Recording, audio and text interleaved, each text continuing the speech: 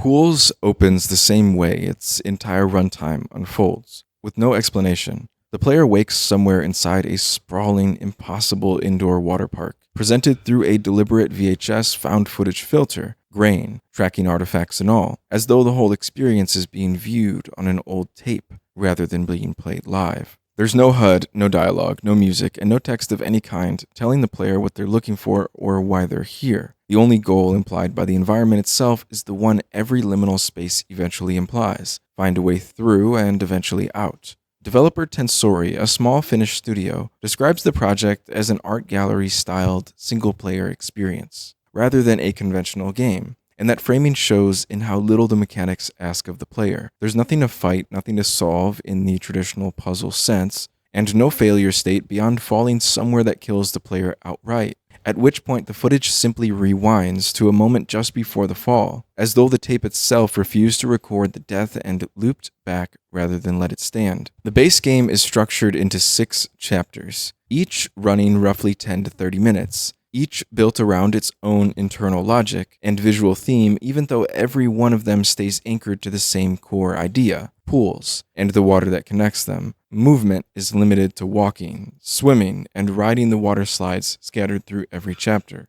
with a toggleable run option keeping the pacing from ever feeling like a chore despite the size of some of the mazes. A free update released a year after the launch added a 7th chapter, labeled Chapter 0 rather than Chapter 7. Positioned narratively and mechanically as something that happened before everything else the player has already walked through, it introduces material the base 6 chapters never touch directly: a fully submerged submarine section, a sunken cargo ship reachable by an extended underwater swim, and a diving sequence that leads, at its absolute bottom, to a face carved into the environment itself, mouth open, swallowing the player whole and depositing them into a chamber filled with crimson water on the other side. Nothing about the environment across any chapter is bound by real-world logic. Walls can be walked up or down as easily as floors. Massive, unexplained statues loom over sections of the map with no context given for their presence. Flooded living rooms sit adjacent to rows of saunas and cubicles stripped of the fixtures that would normally identify them as bathrooms. Familiar domestic and public spaces stitched together in configurations that shouldn't connect to each other and do anyway. The developers have been open about drawing from other work in the liminal horror space,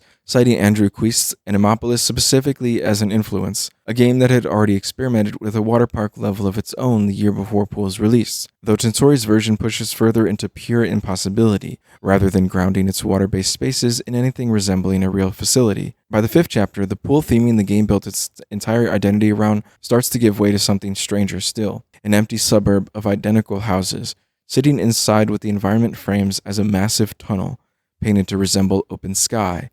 Elevator music playing quietly from speakers planted in every yard, despite there being no one left to hear it. The transition out of that chapter isn't gentle.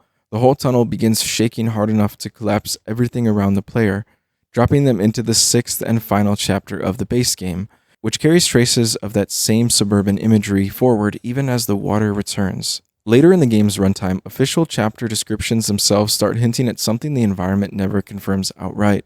Hands occasionally gripping the edges of walls, glimpsed at the corner of vision as though something is about to peek around a corner and never quite does. Whether this is meant as an actual presence following the player through the maze, or simply the game's own way of describing the paranoia its architecture is designed to induce, is never settled one way or the other, and the ambiguity is clearly intentional.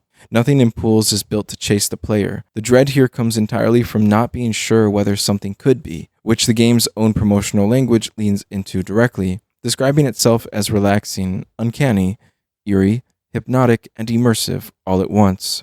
Opposing descriptors sitting comfortably side by side because the whole experience is built to hold both at the same time.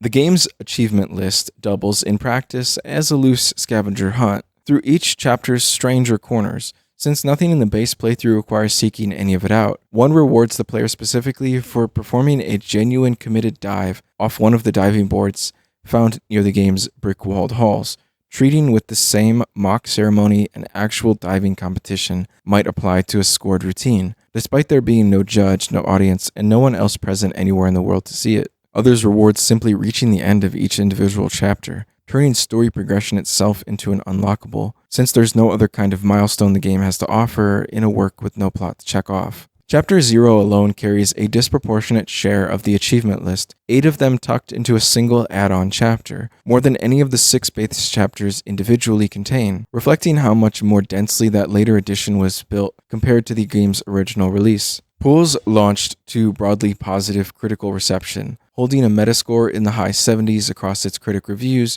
with outlets like Eurogamer describing the experience in terms that leaned into the same contradiction the developers themselves keep returning to: beautiful and very doomy all at once. Critics consistently noted the absence of any real threat as one of the game's more unusual choices within a genre that frequently leans on jump scares or pursuing monsters to generate tension, praising instead how effectively the atmosphere alone, the echo of footsteps changing based on room size, the slower drag of movement while underwater, the sheer disorienting scale of some of the mazes did the same work other horror games rely on a chasing threat to accomplish. Not every response was uncomplicated. Some players pushed back specifically on value, noting that a playthrough clocking in around 2 hours without meaningful replay incentive once the maze layouts are known sat awkwardly against the asking price, a criticism common enough across the walking simulator genre broadly, but sharpened here by just how sparse the interactive systems are underneath the atmosphere carrying the whole experience. Pools arrived in a specific fast-growing corner of horror gaming built almost entirely around internet-native imagery, the backrooms concept chief among the influences the developers themselves has cited directly, alongside artists like Pike and Morton Colors working in adjacent visual territory. What separates Pools within that crowd isn't a twist on the formula so much as total commitment. No combat system waiting in reserve, no narrative payoff scripted for the ending, nothing offered as a concession to players who came expecting a more conventional game to eventually surface underneath the liminal dressing. The water park is the whole point of the experience, exactly as advertised. 6 chapters, and then a 7th, added a year later, walked and swum and slid through by a nameless figure the game never once asked the player to think of as anyone in particular. If this one resonated, subscribe. New essays drop weekly, and you never know what's coming next. Share it with someone who'd get it, and leave a comment. I want to know which door this opened for you. Mystery Compendium, the archive is always open.